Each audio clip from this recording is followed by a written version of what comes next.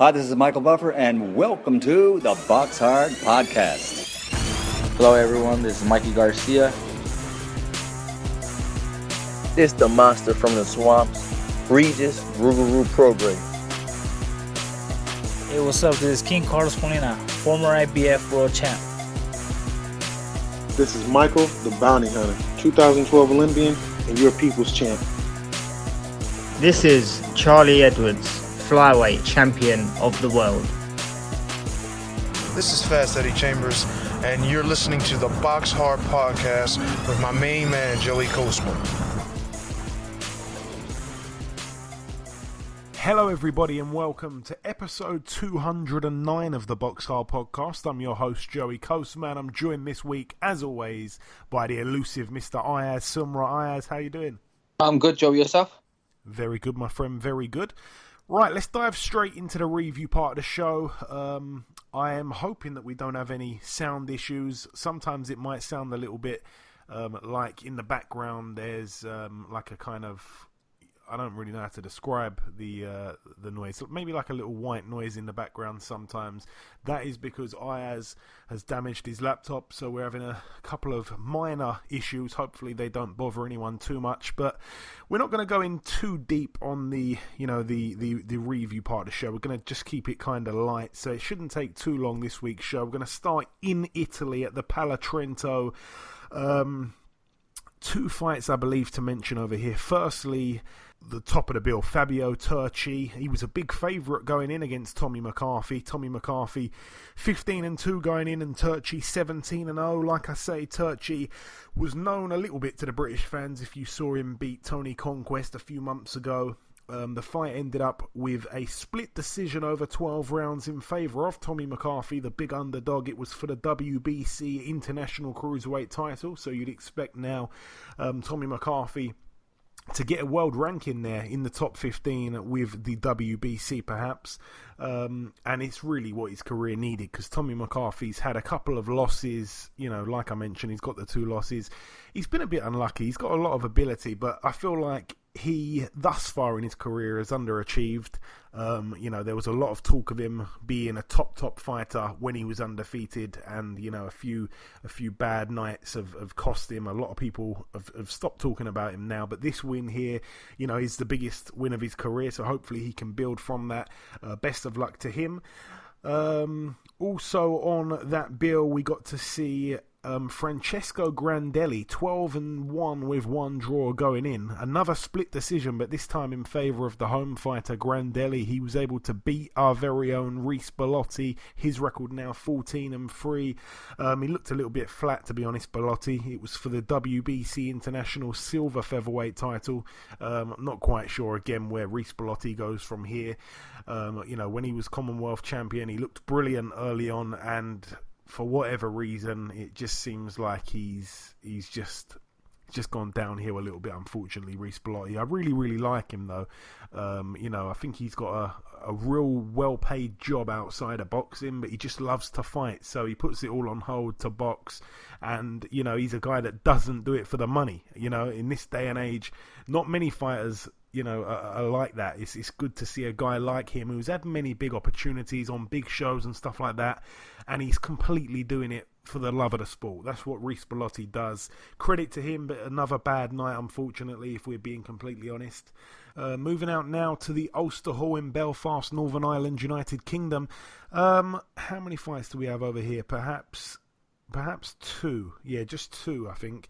Friend of the show, former world champion Terry Flanagan. He picked up win number 35. Of course, he's got the two losses to Regis Prograis and Maurice Hooker. No shame in those. He got a win against Michael Anser, who's now 17-10 with two draws. Anser was actually disqualified in the fourth round of a scheduled 8. Anser had a point deducted in the third round for hitting after the break, and he did exactly the same thing in the following round, and that was it. He was thrown out of there, so Terry Flanagan picks up a win. And topping the bill, a brilliant fight here between Jay Harris and Paddy Barnes. I think it was the third round. I think that was the round where I honestly thought it was an argument there for round of the year. It was for the vacant IBF Intercontinental Flyweight title again. Jay Harris was cut above his right eye in the third round. Barnes was down from a left to the body, and that was in the third. And of course he was knocked out in the fourth round. Paddy Barnes, another blistering body shot for him to take, and he couldn't do it in the end. I mean, we did go to the predictions on this. The listeners favoured Paddy Barnes really big. I was quite surprised. Ayaz, you also went with Barnes to win that one. I went with Harris on points because I didn't think he'd probably have the power actually to get Barnes out of there, and I felt like it'd be a very motivated Barnes. Perhaps it was, he did show heaps and heaps of courage in that fight, Paddy Barnes. He fought fire with fire when he was hurt, and there was some real exciting moments, but you've got to be honest now, Paddy Barnes, Olympic bronze medalist, very, very, very, very, very good amateur, turned over. A lot of people were saying he's a future world champion for sure, and it's just gone horribly wrong so quickly. So his record now is 6-3. And I mean, you've got to probably encourage him to hang him up. I mean, he hasn't took many big punches to the head or anything since turning pro. Most of his shots that have hurt him and stopped him have been body shots. So it's not like he's took heaps of punishment upstairs. It's very much been body shots. But I don't know what he needs to do. I mean, he probably, is filled with ego and pride and stuff like that. Being a top amateur, he thought he'd be a top pro, and it's just gone completely wrong, like I say. But a brilliant win for Jay Harris, now 17-0. Looks like a real threat, I've got to be honest. I'd love to see him mix it with an Andrew Selby. I'd love to see him mix it with a Sonny Edwards, though I don't see that happening because I think both guys are friends. Paddy Barnes, I would have liked to seen him in there with someone like a Sonny Edwards or, again, like an Andrew Selby. There's lots and lots of domestic fights that can be made there at flyweight. We want to see those fights. But Jay Harris, ticking all the boxes, really could be one to watch. It's amazing. It's amazing. Anyone who listens from Wales, I don't know what it is. If it's something in the water over there or whatever. But I tell you what, in Wales, for such a small place, they don't half produce some serious talent. I mean, it is incredible. Some of the best fighters ever have been from Wales. In terms of British fighters, they've been Welsh, like a Joe Calzaghe.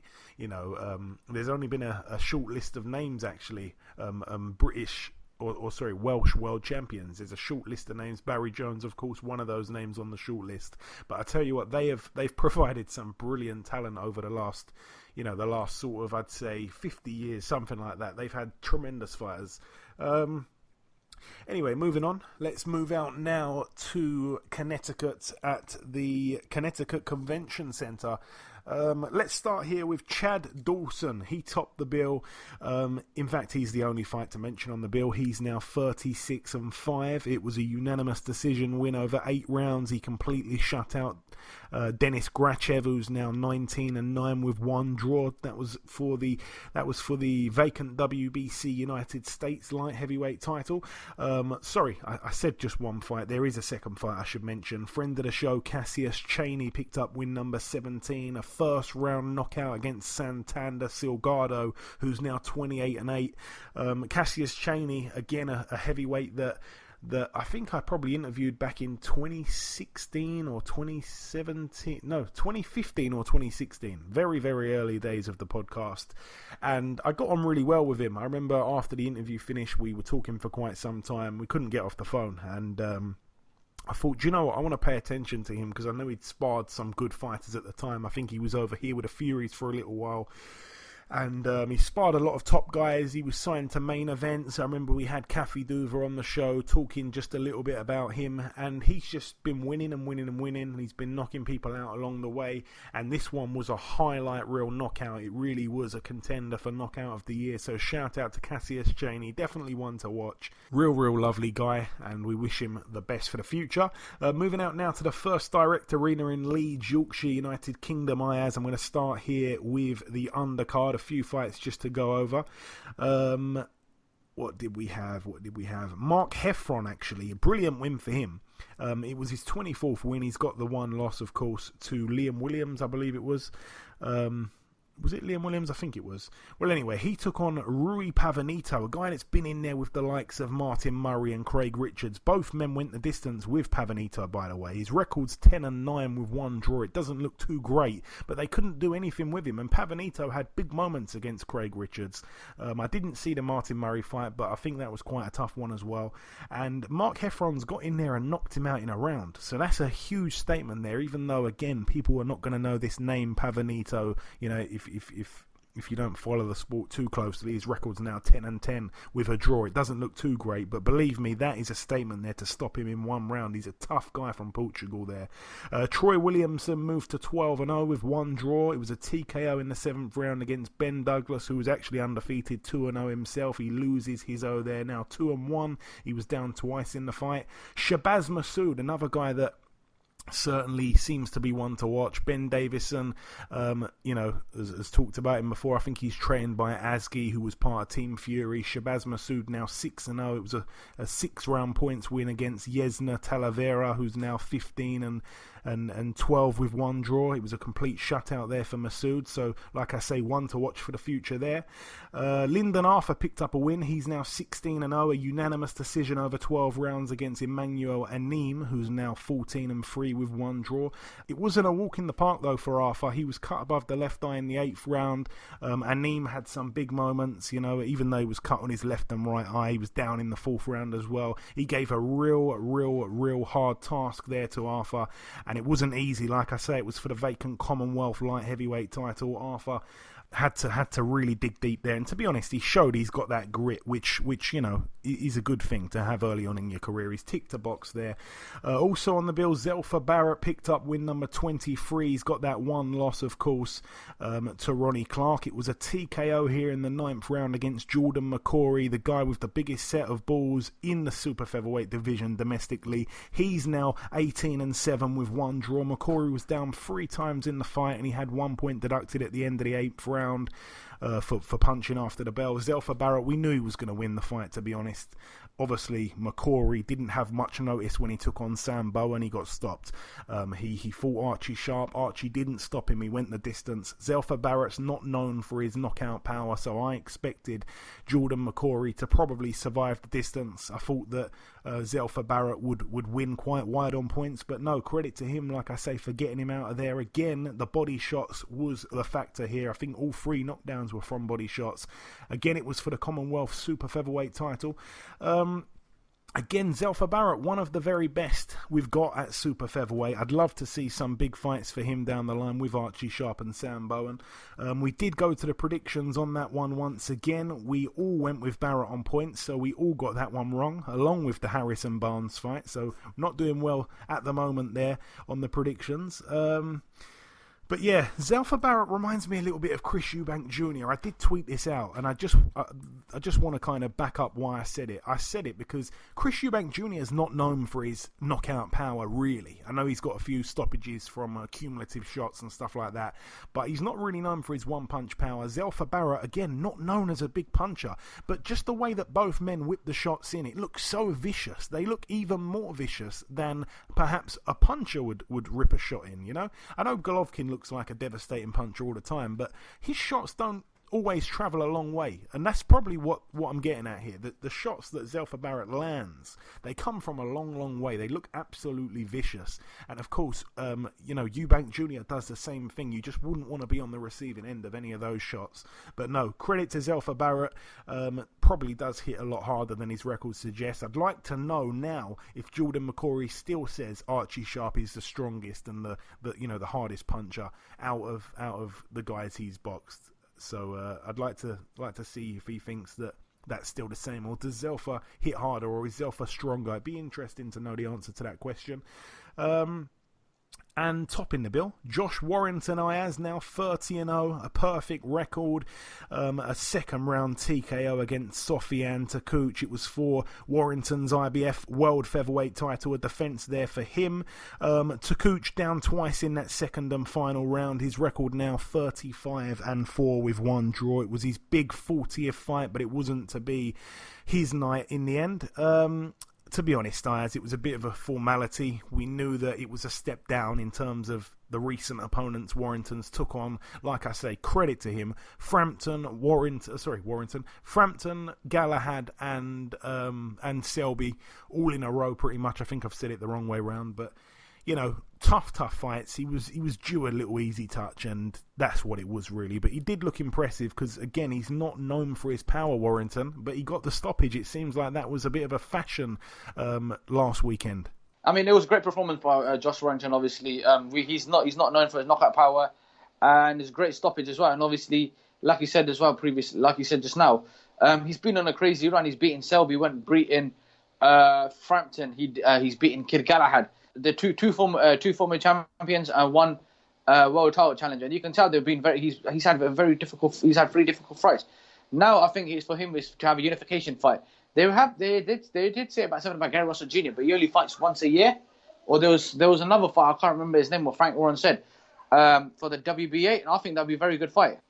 Yeah, I mean, Leo Santa Cruz, a guy they've been trying to get in the ring for a while. We will be speaking to Shakur Stevenson later on in the show. I'll definitely put it to him as he's fighting for the vacant WBO title that, of course, Oscar Valdez recently vacated.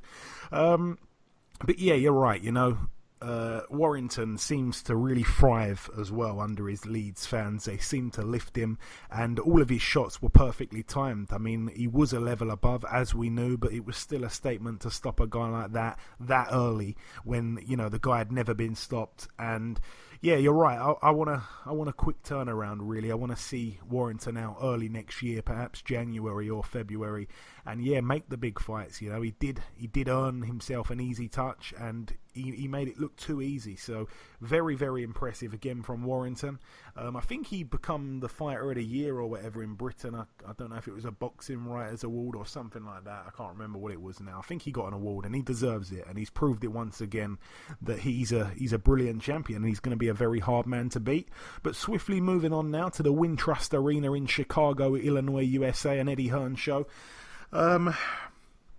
Right, a couple fights to mention. Anthony Sims Jr. picked up a win, a TKO in the 6th round. He's now 20-0. That one was against Morgan Fitch, who's 19-4 with a draw. Anthony Sims Jr., a guy again that I really want to see stepped up. Also on the bill, Jessica McCaskill against Erica Farias. The first fight they had, I think, was a real barn burner. The second fight ended up being a majority decision in favour of McCaskill again. She's now 8-2. That one was for the WBC and WBA World Female Super Lightweight titles. Erica Farias now 26-4. Also on the bill, TJ Doheny. He moved 22-1. A TKO for him in the 6th round against Jesus Martinez, who's now 26-10. Again, Doheny certainly, a guy that we want to see in the bigger fights. Very, very classy fighter, Doheny from Ireland.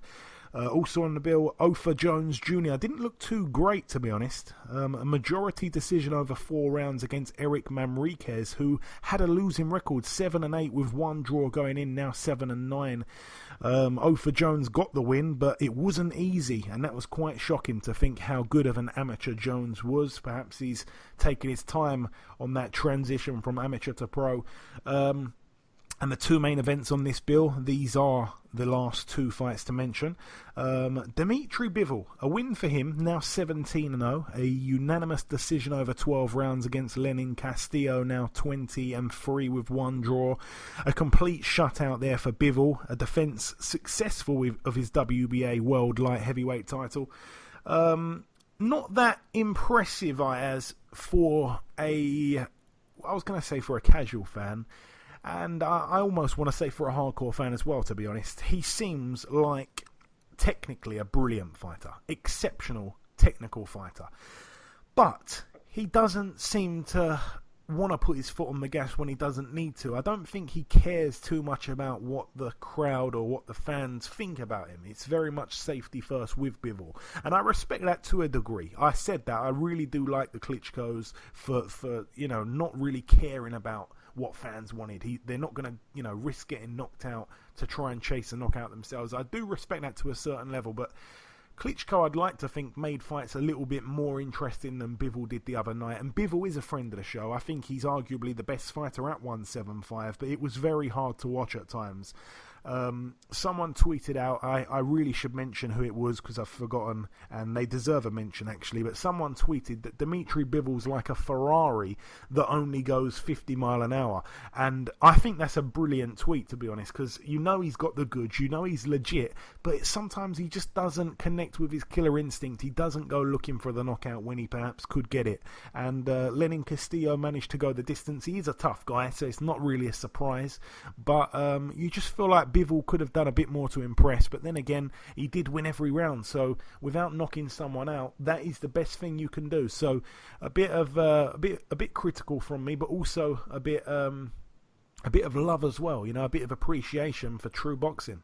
Yeah, I mean, it was a good. It was an average performance by Dimitri Bivol, but I mean, I don't know what to say about him, to be fair, because I mean, it wasn't the best performance. Obviously, he got one knockdown, but I mean, he got the win. They did say there is something about talking about him versus Josh Boatsy. Yeah, I mean, that's a fight that I would love to see.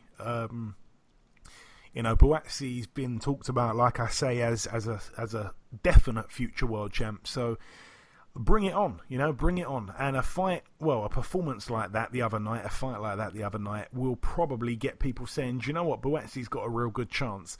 In my honest opinion, I don't think that Boatsy would be able to win that fight. I don't think it's that competitive, but I could be wrong. And I'd love to see it. I'd love Boatsy to win. Again, I grew up on the same estate as Boatsy.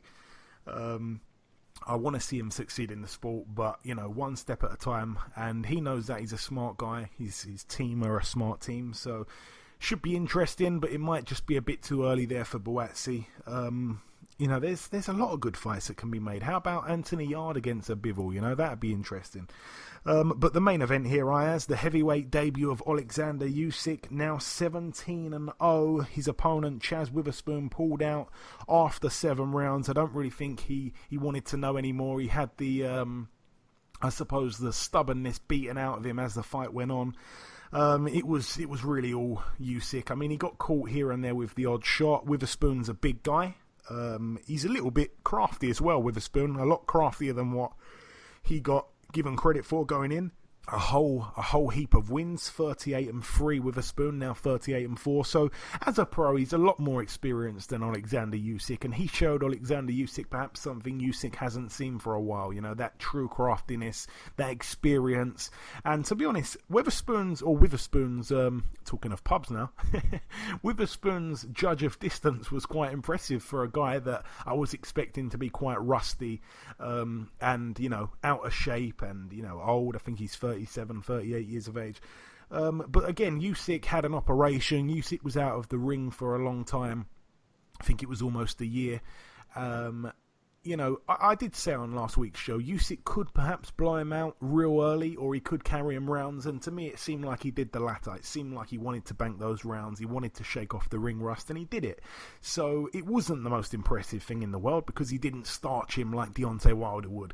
It wasn't the most impressive thing in the world because he didn't play with him and start kissing him when they were in close like Fury did. But it was a workmanlike performance, and it was a professional kind of performance. He controlled everything, he won every round, and he just had a little look at him. He had a little look at him, he gave him a couple of chances, and that was what he wanted to do. He wanted to take a few shots, I guess, off the big guy, see what the power's like, and it was a fine toe dipping, if you like, of the heavyweight division for Usyk. So people are getting on the bandwagon of hate, as they always do. If they're not impressed with one performance, all of a sudden he's absolutely useless.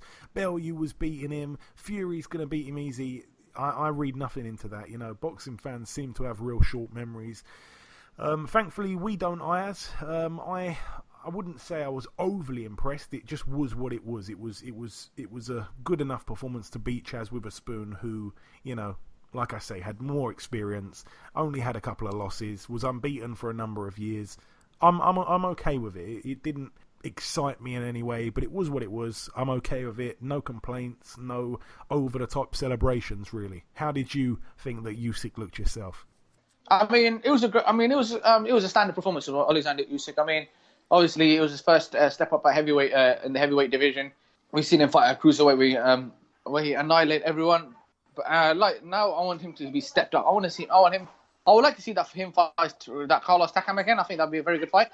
Yeah, a fight that we never got to see. Yeah, he did annihilate everyone at cruiserweight, to be honest with you. I think because I think it's the WBO. I think he becomes mandatory pretty much when he wants to with the WBO. So a lot of people are saying he's going to probably wait on the Ruiz and Joshua fight, and whoever wins that fight, he will then trigger his mandatory and have to fight for the WBO belt. Again, would you want to, if you had the WBA, IBF and WBO belts, would you probably just vacate one to not fight Usyk perhaps? So Usyk might end up fighting for a vacant belt, which is going to be a bit annoying, but the future will pan out as it does. I think that's everything though for the review part. Yeah, it is. That's everything for the review part of the show. We're mildly impressed with Usyk, if you like. We want to see him stepped up, and I'm sure the next fight will be with a big name. Again, you can't really bash him for taking on Witherspoon. It was a real short notice job. He had 4 days for that fight. That's a tough thing to do for both men. Credit to both men. That is everything though, like I say, for the review part of the show. Just before we wrap up part 1, the first thing to do is to welcome our very first guest. Ladies and gentlemen, please welcome the Olympic silver medalist and undefeated professional. It is, of course, Mr. Shakur Stevenson. Shakur, welcome back on the show, my friend. What's up? So, Shakur, we last caught up in July. It was right before I think it was the Manzanilla fight at the time, which obviously didn't end up happening in the end. You boxed Alberto Guevara. You made really easy work of Guevara, a guy who had so much more pro experience than yourself. He went the distance with Leo Santa Cruz, with Emmanuel Rodriguez, with the huge punch-in, Hugo Ruiz. Those guys couldn't knock him out. Yamanaka did stop him, but that was late in the fight. All these guys are established elite world level fighters. You stopped Guevara though in 3 rounds. Talk to me about that fight, and of course the impression you've made once again that your future is super duper exciting, young man. I mean, that was a hometown fight. It was a good fight. I guess he took it on short notice, so I ain't really look at it like no crazy big fight. But I kind of felt like I did what I was supposed to do, and now we on to the next. And last time we spoke, you started to laugh when I mentioned the possible Oscar Valdez fight. You wanted it, but the powers that be didn't want that fight to happen for whatever reason. You do, however, now have the chance to fight for his vacated WBO featherweight world title. How does it feel to get a chance here, Shakur, to become the youngest world champion right now in boxing? I mean, it felt great. That's kind of like one of my goals that I wanted to complete. And it's not just about winning the title, it's about keeping it. So I'm kind of excited, but I know that I got to stay level-headed. Absolutely. And, I kind of hate to bring this up. If it's a bit sensitive, we don't have to really go into it, Shakur. But, you've obviously just recently lost your father. The biggest fight of your life is coming up, and this happens just a few weeks out from the fight. The timing couldn't have been much worse. Trying to get a positive out of a negative. Will you be able to use your father as perhaps some more added motivation moving forward, Shakur? I mean, I kind of feel like I got all the motivation that I need, so I don't think that's going to make me more motivated than what I already am. So, I mean, stuff happens, but at the end of the day, I still got to stay focused and do what I do. Yeah, absolutely. And like I say, I can only just imagine what that must have been like for you. Very sorry to hear the awful news. The fight does take place though in Reno, October 26th. What do you know about Joet Gonzalez, Shakur? Because a lot of guys over here don't really know too much about him, but he's a very good fighter. Yeah, he's a good fighter. He's actually it was like a prospect list not too long ago. I think I was like number 4 in there. He was on that same list, like top prospects or top fighters 25 and under. So he's definitely a good fighter, and I'm gonna beat a good fighter coming October 26th. And he's boxed a few guys that that are at a decent level. I don't think. I mean, this is obviously his big fight. I mean, you've boxed a few guys, I'd say, that are they're or thereabouts kind of world level. Do you see this as the toughest fight? I know there's obviously a world title at stake here, but is this the toughest fight of your pro career, or have you boxed guys that perhaps had a bigger threat going in? Nah, I think this is my toughest fight of my pro career, and I think this his toughest fight also. I can't really tell you that much. Like I think that it's a tough fight, but I think that Chris Diaz was tough too, though. So. Yeah, I mean, we'll see. We'll see who better. Viral Simeon was supposed to be a tough one, but obviously you won that in fantastic fashion as well. Joet has actually, this is just for the listeners if they don't already know, Joet has got a brilliant track record against southpaws since he's turned pro. He's knocked every southpaw out that he's knocked every southpaw out that he's boxed within the first 5 rounds or something. I think he's boxed about 5 or 6. Yeah, but they haven't been you though. But I was saying, it's a big difference from like a normal southpaw and somebody who actually know what they're doing. Exactly. And Shakur, I want to get your reaction to last weekend's fight, if you watched it at all, between Warrington and Takooch. Did you happen to see it at all?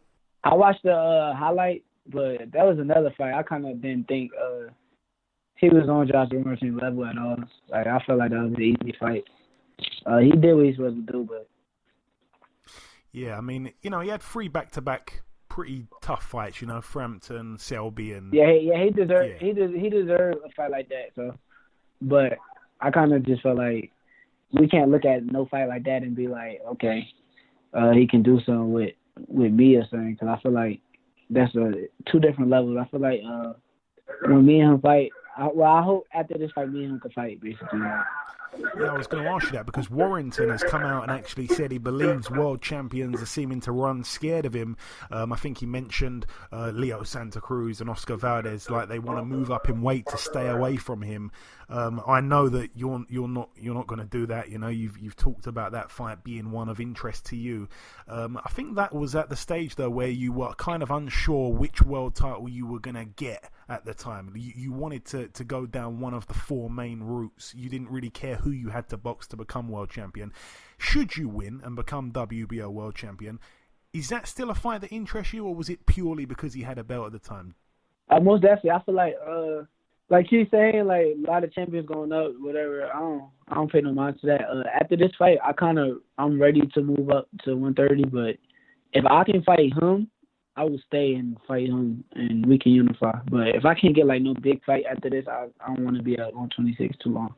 Okay, interesting. But I definitely would love to fight Josh Warrington. I've been calling him out since when I knocked out that kid in Omaha. I've been calling him out since then. Like, so I kind of feel like that'd be a big fight. It could be in England, it could be in New York, Vegas, wherever. I feel like I'm gonna dominate him. Like, he's not on my level. I'd love to see that fight. And finally, coming down to the last couple questions, Shakur, I'm asking this question to everybody right now. Joshua versus Ruiz, the rematch, Saudi Arabia, December 7th. Who wins the rematch in your opinion, my friend? I got Anthony Joshua. He slipped up and made some mistakes in that last fight.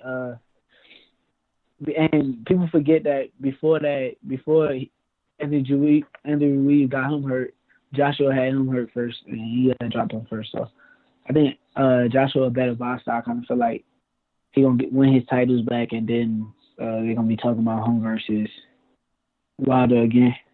Okay. The whole boxing world, of course, will be tuned in for that one, December 7th in Saudi.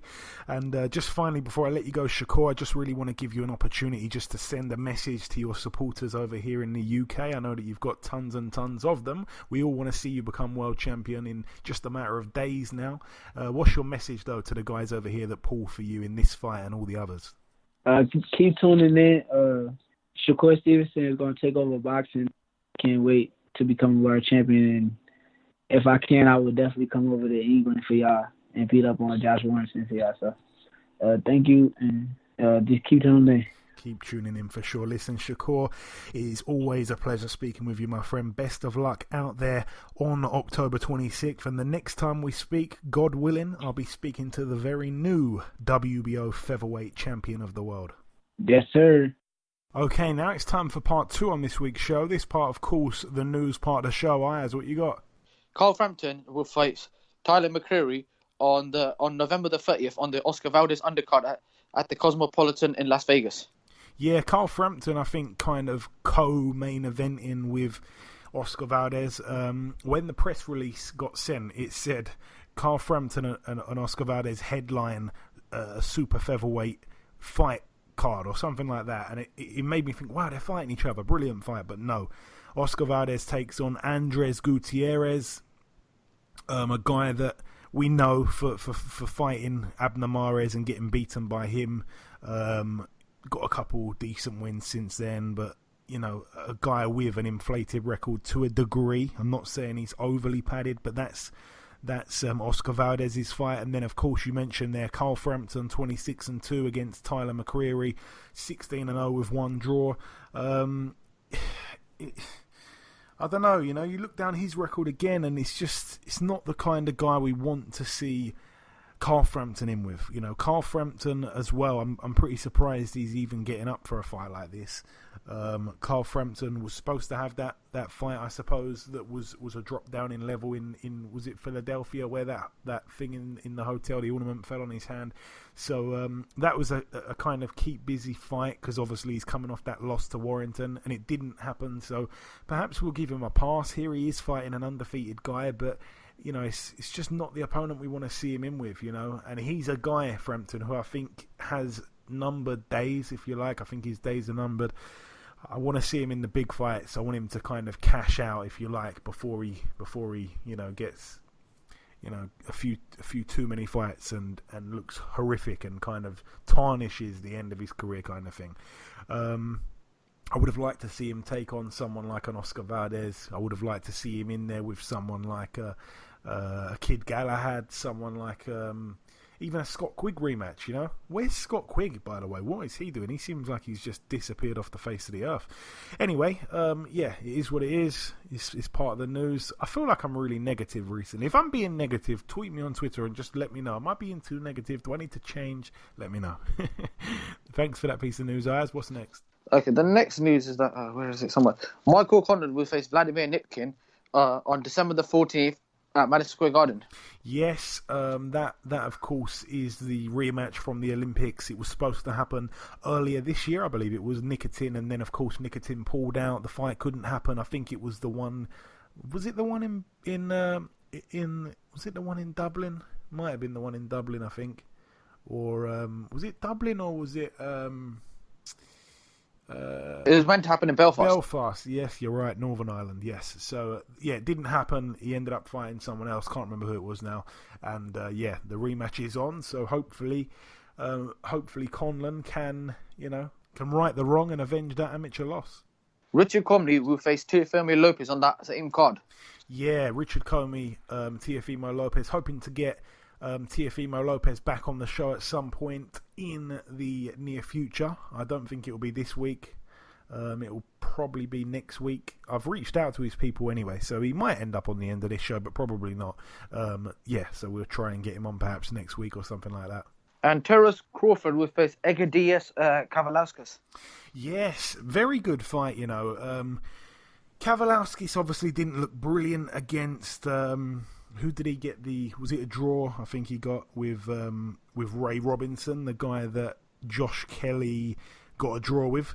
Was it a draw he got with Robinson? I think it was, yeah. So that's his one kind of minor blemish. Other than that, though, we saw against Josh Kelly how awkward Ray Robinson is. No one gets an easy victory against him, or an easy night's work, really. Your Dennis Ugas did beat him, he did stop him, but other than that, he's a rough, tough kind of character from the streets of Philadelphia, and it's hard to look good against him. But you've got to look back in Kavalauskas' career to perhaps David Avanesian, that fight there, when he absolutely destroyed David Avanesian, and we saw David Avanesian destroy Kerman Leharaga for the second time the other week. So David Avanesian is a true top fighter, and what Kavalauskas did to him was just quite unbelievable. So if he's on his A game, he provides a tough fight to Crawford. I think it will be quite tactical, but obviously you can't really pick against Crawford, who's arguably the best fighter in the world right now. And that's it for the news. Okay, thank you very much. Ayaz, moving now to the preview part of the show. Only 2 cards to mention. This one happens tomorrow at the Liacouras Center in Philadelphia, Pennsylvania, USA. 2 fights to mention on the bill. Louis Collazo, former world champion, 39-7, takes on Quadratio Abdukakarov, who is now 16-0. I think that's some kind of eliminator, actually, for a welterweight title. That's a 10-rounder there. Topping the bill, friend of the show, Alexander Gvozdyk, now 17-0. He takes on Artur Beterbiev, 14-0. It's for the WBC World Light Heavyweight title, which belongs to Gvozdyk. And, of course, Beterbiev puts his IBF World Light Heavyweight title on the line. It's a unification fight.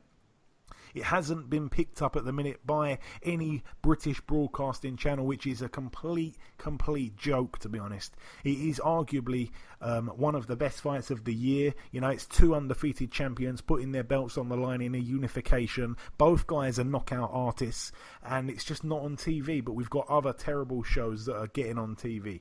It is ridiculous that this fight hasn't been picked up. Box Nation need to get fights like this. I don't know what's going on over there. It's a top-ranked show, by the way, and it's just a completely brilliant fight. Obviously, Artur Beterbiev, every single person he's boxed as a pro, he's knocked out. Gvozdyk is a step up in class, though, for him, as is a step up in class, really, I suppose, for Gvozdyk this fight. I mean, he obviously holds the win over Adonis Stevenson, but that was a fight that people have got a bit of a blurred memory about, you know. Yeah, he did beat Adonis Stevenson, but he was losing the fight on the cards that night. You know, he did get the stoppage in the 11th round, not taking anything away from him. He weathered a bit of a storm himself. He lost a few rounds there, like I say. He took some punishment. It was a gutsy performance from Gvozdyk. He showed a lot of character there. But then again, Artur Beterbiev, you know, he's been down before. Callum Johnson really provided a test for him, and he got him out of there. So Beterbiev is tough as nails, and he takes on the Now. So I love this fight. Gvozdyk, obviously nicknamed the Now. It's a brilliant fight. Like I say, 14 knockouts from both guys. 14 knockouts from 17 wins for Gvozdyk, and like I say, Beterbiev 14-0, 14 knockouts, 28 knockouts between them. Someone you'd expect is going to sleep, but I tell you what, I've just got this feeling that it goes points, which is incredibly unpopular. I'm going to say Gvozdyk wins on points, but I've changed a few times this week. At first I thought Beterbiev might get the knockout. Now I'm leaning to Gvozdyk on points. The listeners, though, they disagree with me. They are going with, let me just quickly check. They're going with they're going with a Beterbiev knockout, which is what I thought originally. Ayaz, how do you see the fight playing out? Gvozdyk and Beterbiev, 2 complete beasts at 175. Obviously, we know Beterbiev is a knockout artist, so is Gvozdyk. So if I'm going to go with it, I'm going to go with Gvozdyk to win on points, because I think he's the next big thing. Okay, well, he's a pretty big thing at the minute. Obviously, working real well actually with Teddy Atlas. It's interesting how that partnership's working out. Really well by the looks of it. Really seems to be working for both guys there. That's just a cracking fight. I'm so annoyed that it's not on UK TV. I mean, what is going on? What are Box Nation doing? I used to love Box Nation. The only reason I had a TV in my house was for Box Nation. They've just gone downhill so much. This was their kind of fight. They would have definitely picked this up if it was 3 years ago. Come on. And the final bill to mention, it's on Sky, of course, at the Newcastle Arena in the UK on Saturday night. On the undercard, definitely one to watch over here. John Doherty, 6-0. No opponent just yet, I believe. He I think, trains out of the Sims gym, with Tony Sims and Peter Sims. I think he trains out of there. Very, very good fighter, by the way, John Doherty. Also on that bill, Savannah Marshall, 7-0. I thought it was supposed to be a world title eliminator for her, but her opponent hasn't been announced just yet, so perhaps that's fallen out of bed. That would be a real shame there for Savannah Marshall. Peter Fury had some aspirations of her fighting for a world title before the year was up when we had him on a month or so ago. That seems like it's probably not going to happen here. Joe Laws is on the bill as well, 7-0. He's been talking on a few YouTube channels about he wants to beat up Devin Haney. Interesting. Great fight on the undercard. There's the three main fights are brilliant fights, but let's start with this one here that's getting the least recognition of all. Lawrence Osueki, I think that's how it said, Osueki, 9-0. He's in a 10-rounder against Ricky Summers, 16-2. Could be very interesting there. Osueki will definitely be made to answer some questions. You know, the record brilliant as it is at the minute, but it doesn't, of course, have the names that Summers has on there. I mean, his two losses are the big names, Andre Sterling and Frank Buglioni. But, you know, he put up a good fight in both of those losses, so it should be real interesting there. Osueki, if he's the real deal, will win the fight. Ricky Summers, unfortunately, a little bit of a gatekeeper, really, that kind of domestic sort of level. These two fights, we've gone to the predictions on Ayaz. I'm going to come to you first here. Ted Cheeseman, 15-1 with one draw. Scott Fitzgerald, 13-0. The champion Cheeseman puts his British super welterweight title on the line over 12 rounds. Talk to me, Ayaz. Brilliant fight. I think it's a brilliant fight, obviously. Scott Fitzgerald and Ted Cheeseman. But if I'm going to go with a winner, I'm going to go with Scott Fitzgerald, because I think after beating that Anthony Fowler, his stock has risen. And obviously a lot of people starting to realise it's Scott Fitzgerald. And if I'm going to go with a winner, I'm going to go with Scott Fitzgerald to win on points. Scott Fitzgerald on points. Okay. The listeners are going with Scott Fitzgerald by KO. I can't see Scott Fitzgerald. I can't see Cheeseman getting knocked out. I can't see him getting knocked out. He's a tough guy. I can't see him getting knocked out in this fight. Fitzgerald does punch. You know, I can see Cheeseman sort of stupidly walking forward and you know, walking on to big shots throughout the fight. So I do lean to a Fitzgerald points win. But at the same time, Cheeseman's got that, you know, that constant pressure. And even though Fitzgerald, you know, he beat Anthony Fowler. It was a great fight. It was very, very close. The knockdown seemed to play a part, I think, on my card at the time. He seemed to be really, really ran out of gas at the end of that fight. And I just think Cheeseman's going to put the pressure on him big time, as he always does. So he really needs to make sure he keeps some fuel in the tank for those late rounds, because it could get quite bad for him. So I'm giving quite an in-depth breakdown here. But I think Cheeseman puts on the pressure. I think Cheeseman has a lot of success in the late rounds. Not sure it'll be enough though to beat Scott Fitzgerald and to get the decision, but I'll be trying to score that fight round by round. So I'm gonna whip in my own scorecard next week if it does end up going the distance. I think it probably will. If I have to say something, if I have to commit, I'd probably say Fitzgerald on points or Cheeseman by late KO. That's what I'm saying. That is what I'm saying. Cheeseman puts the pressure on that. You know, you need to be fit as a fiddle really to last that long, you know, because he'll keep coming forward all night long. And you know, he was only beaten by the Spaniard, forgot the guy's name for the minute, Sergio Garcia, I think it was. Only got beat by him, and that guy had amazing feet. I don't think Fitzgerald's got feet like him. You know, you need to be a good mover. You need to keep him at bay, kind of thing. Cheeseman, I keep getting them confused. You need to keep Cheeseman at bay. Should be a real hard task. Very, very interesting fight of the night, actually, I think, on that card. So yeah, I'm going to go Fitzgerald points, and you also said the same thing, Ayaz. And the main event, of course, Lewis Ritson, 19-1, headlining again in front of his home crowd. He takes on Robbie Davies Jr., a completely identical record, 19-1. It's a 12-rounder. Ritson hasn't looked his complete killer self since moving up to 140. Robbie Davies Jr., a massive 140. I think the size factor comes into this fight a bit. Robbie Davies Jr., though, had a hard fight against Glenfoot. Obviously got stopped by the Polish guy. He come back and knocked him out, though, didn't he, in the rematch? Not sure if that was at 135 or 140 now, looking back, the Polish saga in Robbie Davies Jr. career. But yeah, I think the size factor is a little bit key here. I think Robbie Davies Jr. has a lot of success late on. I think he'd probably agree with me, to be honest, if he was sat here right now next to me. Ritson always starts fast. It's going to be interesting to see what Ritson starts like in this fight. Will he try and start fast and possibly empty the gas tank early, trying to get the big finish? or will he not? Will he pace himself, which he hasn't done very well, in prior fights. Ritson could end up stopping him early, but I don't know, I'm not too sure about that one. I think Ritson's the tougher of the two. I think Ritson's probably the bigger puncher of the two, but Robbie Davies is just bigger, and he's probably got a bit more experience, really. It's a brilliant fight, that fight, because, again, Ritson's only loss came at European level to Patera. Patera's a good fighter to a degree, That's a tough fight, man. That is a tough fight. Oh, man. Do you know what? I'm going to go Ritson by knockout. I think I've chopped and changed as I've been chatting. I've convinced myself. I think Ritson stops him. I don't know. Sorry, I'm just going to go with a Ritson stoppage. I'm so indecisive on that one. I want to say no already. I want to say that Robbie Davies beats him on points. Oh, hang on. Go on, Ayaz. I'm going to throw it over to you real quick, and then I'm going to decide myself. The listeners are going with a Ritson KO. They're going with Ritson by KO as well. Yep, I'm going to agree with the listeners. I think I'm going to go with Lewis Ritson to win by knockout.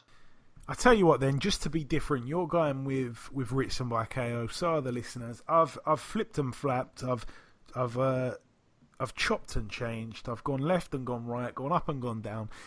I tell you what, I'm gonna go with. I don't even know. I've changed more. I've changed my opinion so many times on this fight. I'm gonna go, and I'm completely going with this. I'm locking it down now. I'm not gonna change from this point onwards. Robbie Davies Jr. on points. That's what I'm saying. Robbie Davies Jr. on points. I think he probably will have a few moments, Ritson, where he checks the chin of Davies Jr. a couple of times, perhaps. But I think, all in all, Davies Jr. will probably weather the storm and end up winning on points. I think he's strong. His stronger moments probably happen in the later rounds, Robbie Davies Jr. So I'm going Davies Jr. on points, making it a little bit different from you guys. We don't all want to keep going for the same thing, all three of us, myself, you guys and the listeners. But yeah, that is about everything for the preview part of the show. Just before we wrap up the show entirely, the last thing to do is to welcome our second and final guest. Ladies and gentlemen, please welcome the former world title challenger. It is, of course, Mr. Joseph Jojo Diaz. Joseph, welcome to the show, my friend. Thanks, man. I really appreciate it. No problem whatsoever. It's great to have you here, Joseph. So, 30-1 now as a professional. Obviously, still with the aim of becoming a world champion in the very near future. Joseph, take me back to September 2016. You know, when you became the first and only man to stop Andrew Cancio, a man that currently holds a world title.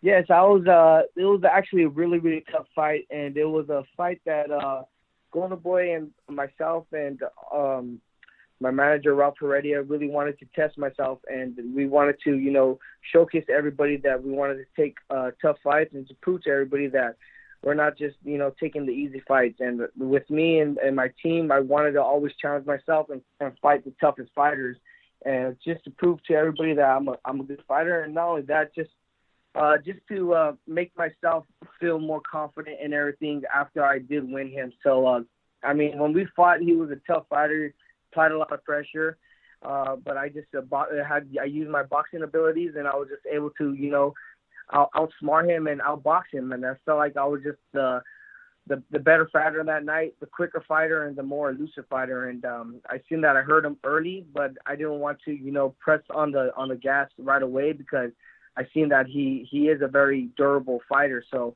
I wanted to just take my time with him and just break him down slowly. And that's what I ended up doing. And in the last round, I started applying a little more pressure. I messed up his nose, and the corner ended up just stopping it because he just couldn't get to me or anything. And I ended up just beating him up pretty bad. And they ended up stopping the fight.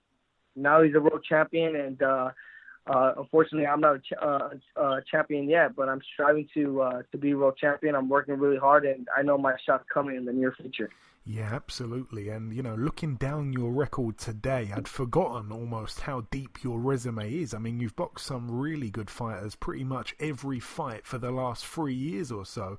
Obviously, the biggest of all those fights mentioned came in May 2018 against Gary Russell Jr. Obviously, you must have been upset to not win, but I'm sure that you must have learned a hell of a lot from that fight, because Gary Russell Jr. really is one of the most talented fighters in world boxing. And although he won the fight, you didn't disgrace yourself. It was a very competitive fight for such a big step up at the time from you.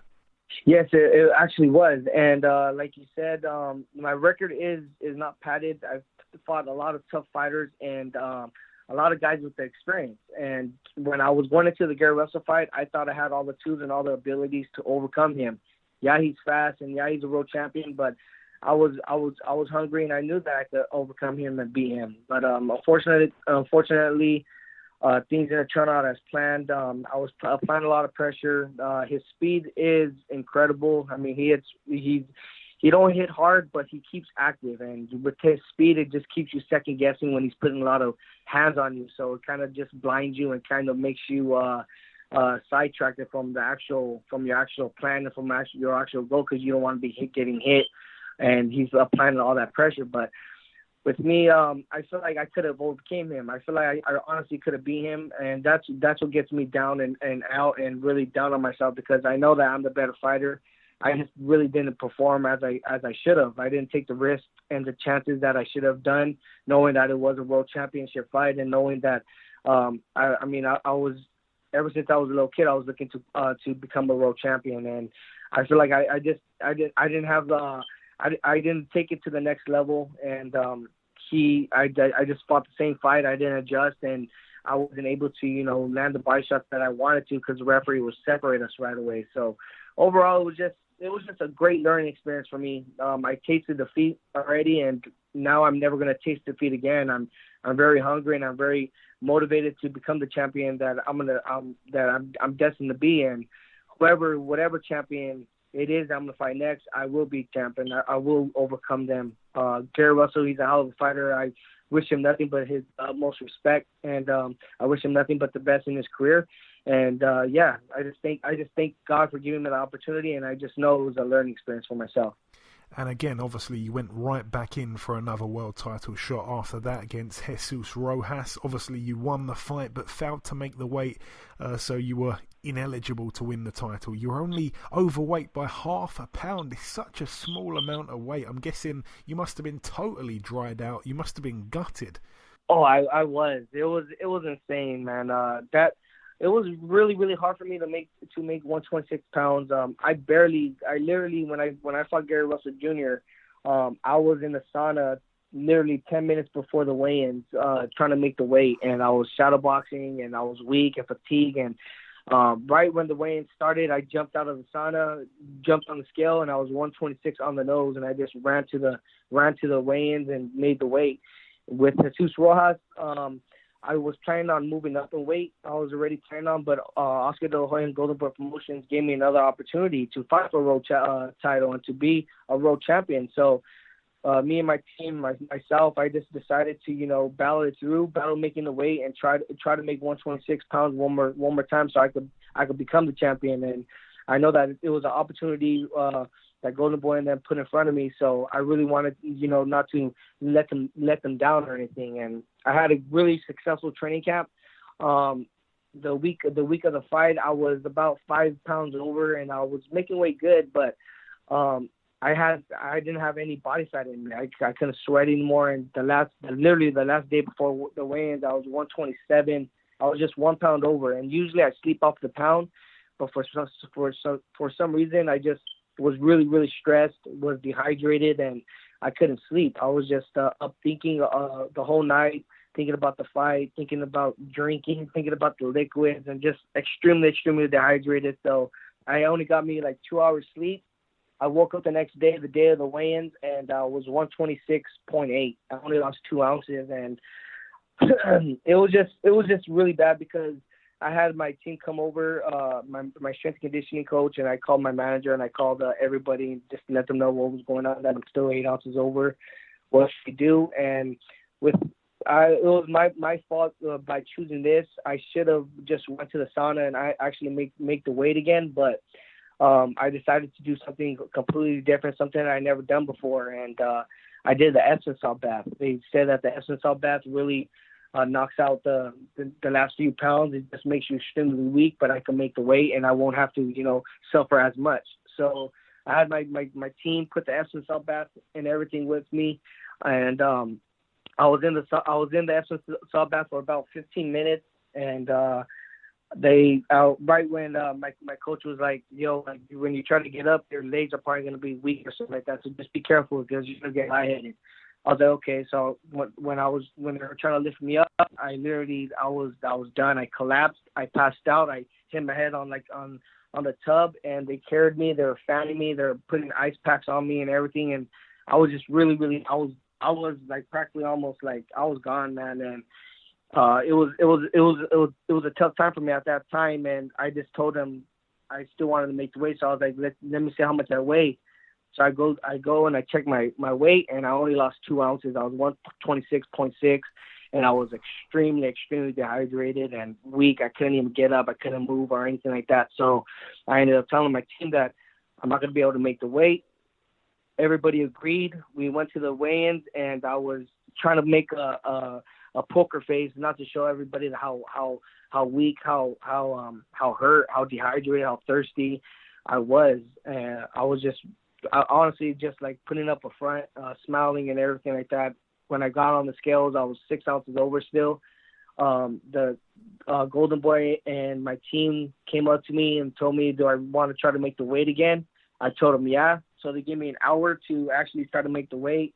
I was still weak and stuff, but I went to the 24 hours in downtown LA, and I got in the sauna, wasn't sweating. I started shadowboxing a little bit, then I got in again, and when I got in, I started sweating a little bit, but the thing was I was already dehydrated where all my nerves just started crunching up. I was in the sauna, and my fingers just started crunching and like clenching together, and I couldn't move, and I started like going into like a weird state. My body just wasn't functioning anymore, and I screamed for my team. I screamed for help, and they came in and they grabbed me and they took me out.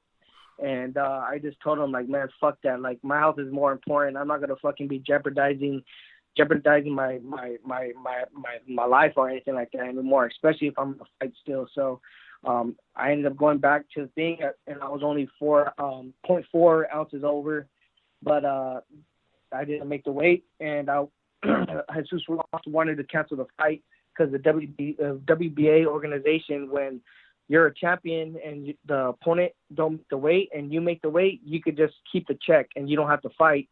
They give you the fight check still. So he was already guaranteed his fight purse. So he was like, why would I fight you if I'm going to be guaranteed the fight purse already? I mean, I did my job, you didn't do your job and all that stuff. So he ended up being like a business and like a complete asshole, him and his team. And they're like, where if we'll only fight you if we get 50% of your purse. And at that time, I wasn't making as much.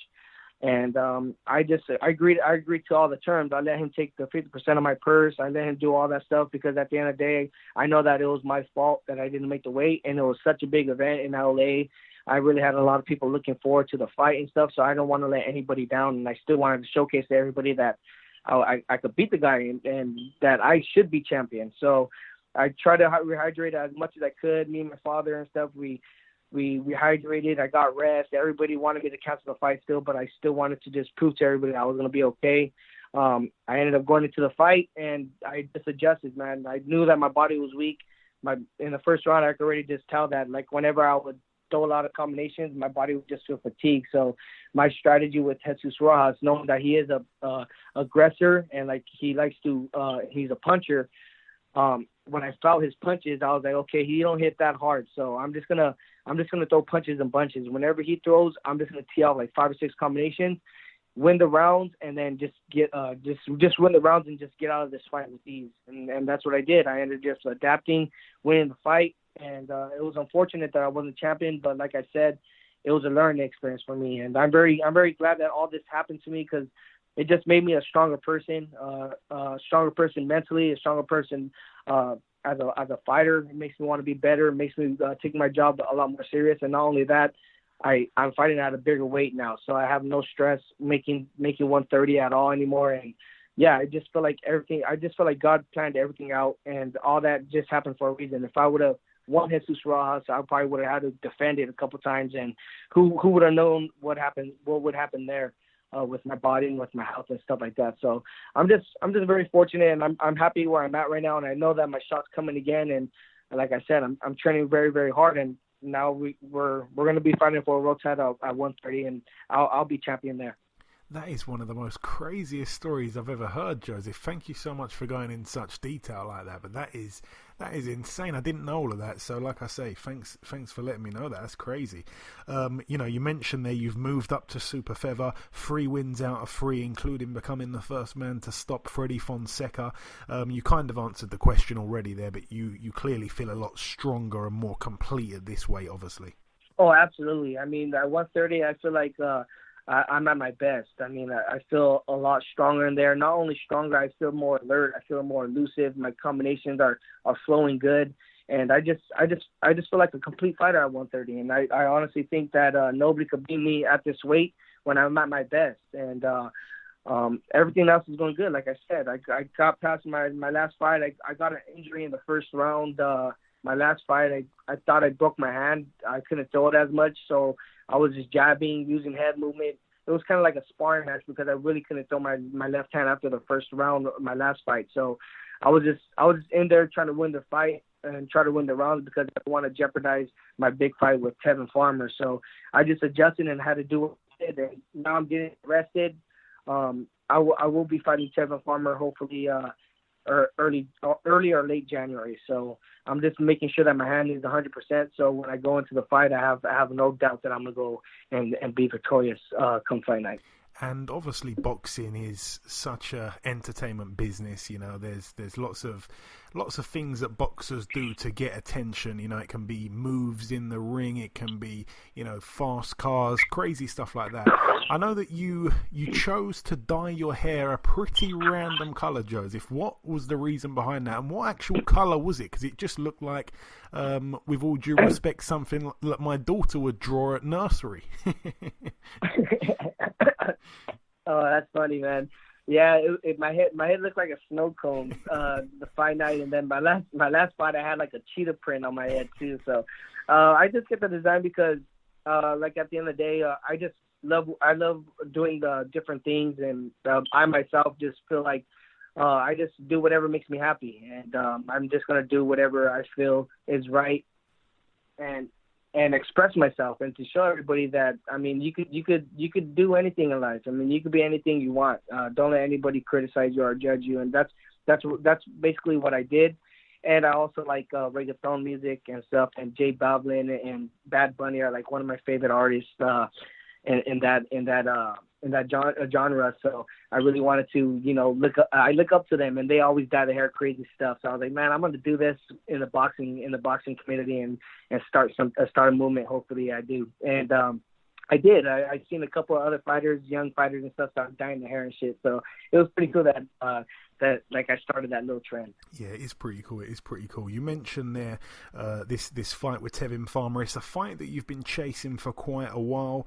You know, there was a period where both camps seemed to want the fight, but we weren't really hearing anything in terms of advanced talks. There was no announcements. It looked like perhaps it's not going to happen. I'm even a little bit surprised to hear you say it's looking like happening in the month of January. That's real soon. That's round the corner. What can you tell us? I mean, how advanced are we right now in negotiations, if you can talk, you know, about stuff like that? Yeah, we're actually really advanced. We're actually at the point of Eddie Hearn already sent an offer to us, and he sent the location, he sent the date, and we just haven't agreed on the offer yet, but we're agreeing on all the other terms, and I'm happy what date it is, because I know that it's going to give me some time to actually be at my best. And the location is good as well, and I just want my shot. So things are still getting worked out as far as the numbers and stuff like that. But at the end of the day, we are gonna fight, and I'm gonna take them out, man. I really want to prove to everybody that I just want to fight the best, and I know that Tevin Farmer is the best at 130, and I want to challenge myself, because that's what I do. I always challenge myself to the extreme, and I want to just not take any easy way out, and not take any easy route out. And I just want to challenge myself and fight the best. And I know Tevin Farmer, since Gervonta Davis moved up, I think he is the best at 130 right now. So I want to take his belt. And we are in negotiations. They already sent the offer and everything. So the fight is going to happen.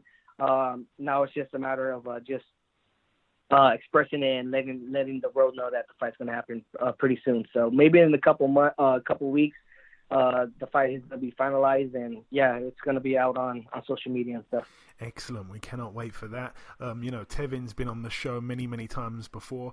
What was it about Tevin that you just wanted to fight him, it seemed, for a long time? I mean, Gervonta Davis was at the weight at the time where you really wanted Tevin. Obviously, you've got Miguel Berchelt, another guy who a lot of people, especially from Mexico, would say he is the number one at 130. What about Tevin just attracts you? Because he's a tough customer, He's a guy that can box his backside off, may not be the biggest puncher, but he's a real slick boxer. Not a guy that you can really look good against too easily. No one really has done since he's started taking boxing seriously, if you like. Yeah, absolutely. Tevin's one hell of a fighter, but that's the thing about me. I know that he's a good fighter, and I know that he's a good boxer, but I'm a really good boxer as well. When I'm at my best, I feel like I'm unstoppable, and I feel like nobody could beat me. And I honestly think that nobody has honestly seen the best Joseph Diaz yet. And I feel like when I fight Tevin Farmer, people are going to doubt me and people are going to underestimate me, but I'm going to be 110% as far as physically, mentally, and just zoned and locked in, because like I said, for me, Tevin Farmer, he's a champion, and he's already succeeded, and he's accomplished what he's wanted to accomplish, and I know that he has ambition to accomplish more. But with me, man, I already had 2 title shots. I had 2 opportunities to become a world champion. It's sink or swim for me, and I know that I'm not going to let this opportunity pass me. No matter who is in front of me from here on out, I'm not going to let them defeat me. I'm going to do everything possible to beat them. And going into the fight with Tevin, we're going to strategize, and we're going to have a great game plan to overcome him, to defeat him. And after that, then I'll fight the other unified champions. That's what I really want to do. I already talked to my team and my management that once I beat Tevin, or once I do become world champion, I want to unify titles. I either want to unify with Andrew Cancio or Rene Alvarado, whoever wins that fight, and then go after Jamel Herring and stuff. My vision is to become a two-time unified champ at 130 by the end of 2020, and I'm not going to stop or do anything. I'm going to do everything possible to make that dream happen for me. And I just want to ask you, out of the champions right now, obviously you've got Farmer. You've said he is, in your opinion, the number one. Who is number 2, 3, and 4 out of Davis, out of Cancio, not Davis, he's moved up, as you say. Cancio, Herring, and Berchelt. Where do you rank those guys 2, 3, and 4? Yes, I think Tevin Farmer is ranked number 1 due to his boxing skills and his ring IQ. I really think he's very slick and very smart in there, and he's a slickster. He's a great fighter. Number 2, I think it's Miguel Berchelt. Miguel Berchelt is very under the radar. A lot of people don't talk highly about him or anything, but he has an awkward style. He's kind of rangy, but he hits hard, and he throws with bad intentions every single fight. So he's a hell of a fighter as well. Number 3, I think it would be Jamel Herring. Jamel Herring is a fighter that I grew up with and I went to the Olympics with, and to see him drop down to 130 and see him working hard and stuff like that and improving, and seeing how, because he's a hard worker, I think that it's going to be hard for him to lose that title because of his work ethic. And number 4, I would go with Andrew Cancio. I think Andrew Cancio, he's a hell of a fighter. He's young. I mean, he's a hungry fighter, but I think he has a lot of flaws, and I think he opens up.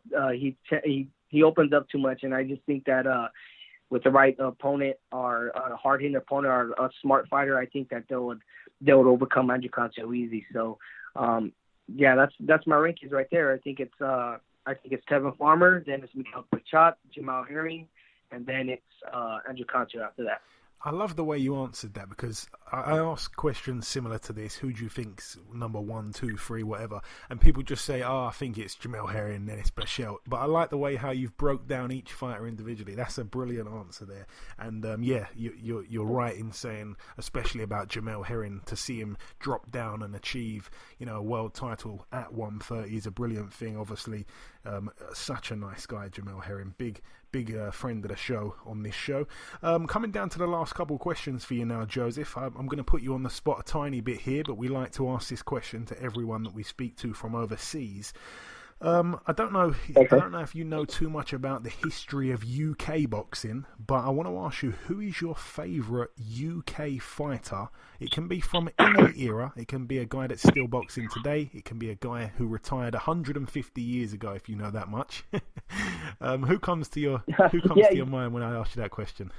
You know what? I think Joet Gonzalez is one of my favorite fighters, man. He was undefeated. He had his father training him just like me. Grew up with his father training him, and he achieved a lot, man. He had a crazy, awkward style, and he was a hard worker, man. He threw a lot of punches, and just the way he used to dictate the pace inside every single fight. I mean, he fought hell of a fighters. He fought Bernard Hopkins. He fought, I think he fought Roy Jones too. And I mean, these guys are very, very good, slick fighters and intelligent fighters. And Joet Gonzalez, his awkward style and the way he would deliver his punches and throw his punches in different angles and very he had a great arsenal, and he had great footwork and great ring generalship inside there. And I just think that he was one hell of a fighter, and I really respect him because he did his thing. He made his money. He did all his accomplishments, and then he got out of there safe and sound. And boxing is a very, very tough sport where it is you really got to invest all your money, and you really got to start doing things right when you do have that chance, when you do start making those big bucks. Because when you're done, when it's all said and done, boxing is only a temporary thing in your life. And you got to make sure that your family and everything is well off, and your mental health is okay as well. And I feel like Joet Gonzalez did all that. And I really respect him, and I know that he's one hell of a fighter, man. I think I'm going to watch some YouTube videos of him tonight. Yeah, that's a very popular answer. A lot of people say Joet Gonzalez, obviously one of, if not the best fighters that's ever come out of Britain. And the final real question for you. I'm asking this again to everyone that we're speaking to over the last few weeks. Joshua versus Ruiz. The rematch takes place in December in Saudi Arabia. Not many people picked Ruiz to win the first one, but after seeing how the first one played out, a lot of people are now picking Ruiz to do the double and get the win once again in the rematch. How do you see the rematch playing out, though? The rematch is going to be very, very tough. I think it all depends on how Joshua is mentally going into the fight. I honestly think that he wasn't right in the first fight, and he hurt Andy Ruiz, but I think he was giving Andy Ruiz too much respect. And I think if Anthony Joshua goes in there extremely confident and knowing that he has a lot to lose, and that he is the bigger fighter, and that he could overwhelm Andy Ruiz if he applies that pressure and just bites down and lands a big shot, I think that he could overcome it and take his titles back. But I think that if Anthony Joshua has that doubt in him, not even a doubt, but just in the back of his mind of him getting knocked down, of him getting hurt in the first fight, and he don't want to get hurt like that again, or he don't want to get hit like that again, I think he's going to second guess his abilities. And I think if he does that going into the fight, I think Andy Ruiz is just going to go out there and do the same thing he did the first fight. So I think it just all depends on Anthony Joshua's mental state going into that fight. Andy Ruiz is one hell of a fighter, and he's overcame a lot of obstacles, man. Just to see him succeed like that, I really am pushing for him to win again, because he's a Mexican American, but his background and everything, man, just to see that he actually got that dream going. He's the first Mexican heavyweight to ever accomplish that goal. I mean, it's history in the making, and I'm very honored to just be living this and to be watching him perform. And so I think it's going to be one hell of a fight, but I think my personal choice is Andy Ruiz is going to win, probably late stoppage again. A fight we will all be watching. May the best man win, of course. And just a brilliant fight, one of the best fights of 2019. The first one was a cracker, like I say, and everyone will be tuning in for that one. It's a brilliant way to end the year on a high, if you like the heavyweight division.